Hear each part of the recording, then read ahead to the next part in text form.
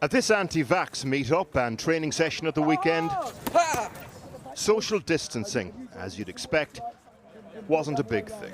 We got to resist. Yeah, of course you have.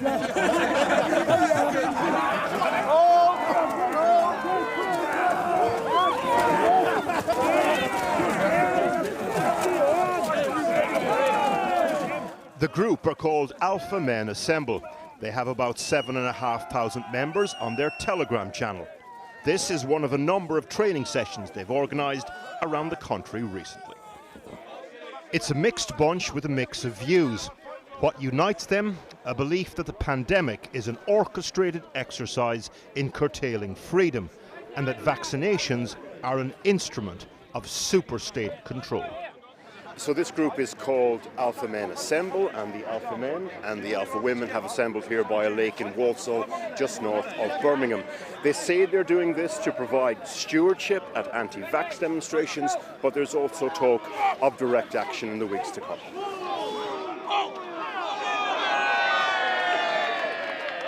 When you consider the Roman legions and the military, you see them all marching in a formation, right? One of the trainers, Gary Ross, is ex-military, now works as a medic. In terms of the kind of military-style training stuff, what's the rationale behind that? All that is team building. Yeah. It's team building. We're at the end of the day, we're a number of individuals. Sorry. We're a number of individuals who don't know each other, and like any military unit, you have to bond and come together to work as one.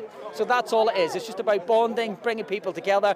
There's no unarmed combat, ninja-style warrior stuff, because we're all lawful. It looks strange from the outside, I have to say. Of course it looks strange, yeah, of course it looks strange. And you've got a body of men and women moving as one up and down. So, camaraderie and self-defence, yes, but to what end? The group see themselves as being on the vanguard of a physical struggle with the authorities, a war. The Daily Mail had an undercover reporter at the same event. Off camera, Gary spoke to the assembled and said this. It's very draining, mentally and physically, this war that we're fighting at the minute. And it is a war. It's not a war that I was used to when I signed up in the military, where you had two opposing sides. This is a war unknown in history, because this is a war being waged on its people by its governments. The group produces their own videos, which they post on the messaging service Telegram. Back in December, a member called Samuel, who described himself as the group's leader, posted this. Who wants to arrest a corrupt paedophile MP, or a corrupt police constable, or even a judge? I'm game if you are. Yes. There was a degree of diversity in terms of background, ethnicity and politics. But what brings them together, as with similar groups in America, a profound distrust of institutions. Central and local government, the media, the legal system. A recurring theme is the damage they see being done to children in particular. We first met Alpha Men Assembled a couple of days beforehand, when they joined others outside the law courts in Exeter. The case being heard inside has become totemic for these activists. It's a complicated, newsworthy case, which involves local social services. The magistrate has imposed reporting restrictions, which is interpreted by the activists as us trying to cover something up.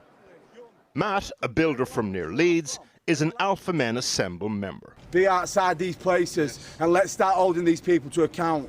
We start with the media, we start with social services, we start low down, and we hold everybody to account. The MPs, everything. It's all corrupt. The system is corrupt. And we have to improve it for those kids. Around us. We have to. There's no future for anybody until this, when we're like this, until this is millions. And if we are not going to be millions here today, then we may as well all go home, lay down, and let communism rule. Okay, so after the demonstration, the crowd marches to the offices of Devon County Council. Many in the crowd are part of the common law or sovereign citizens movement. It's an alternative pseudo-legal system that activists believe kicks in when authorities are acting against the people. The movement has so-called common law constables, which some of the alpha men double up as. At the council offices, they, quote, serve papers on officials, a dossier they've compiled about vaccinations. Well, what it is, we've got some papers to serve. Yeah, I'm happy to take them for you. Well, we've got some papers to serve. What appointment? It's public building. Okay. There's proof in there with over 100 freedom of information requests that the coronavirus has been proven fake. Okay. Some of the people we spoke to at the demo had first-hand experiences of social services. Their mistrust of state institutions appears to go back a long way, which is part of the reason why protecting children is so central to the narrative. They are, as humans, raping us in every area. Financially, morally, they're splitting our families up, they're taking our children. All councils. See, the government are just people on the TV. These are the people carrying out their dirty work. So everyone from council workers up is fair game. This man, who said his name was Denne, describes himself as a common law constable.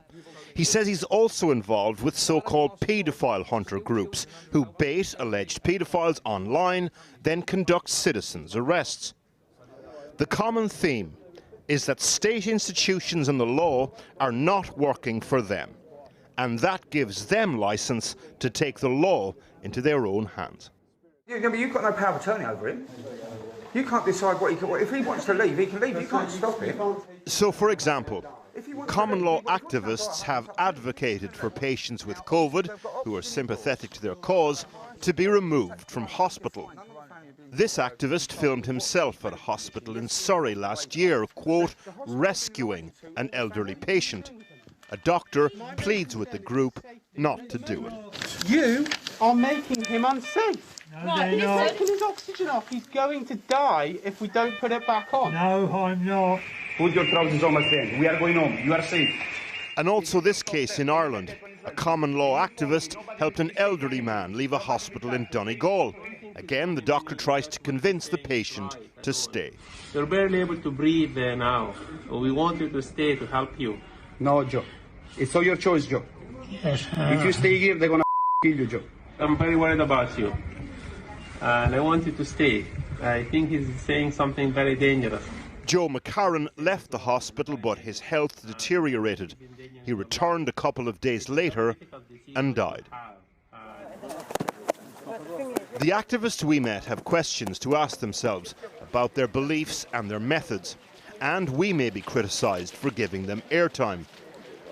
But the pandemic has disconnected many of us from each other in different ways. The danger for civic society is that for some, that disconnect becomes permanent, becomes potent.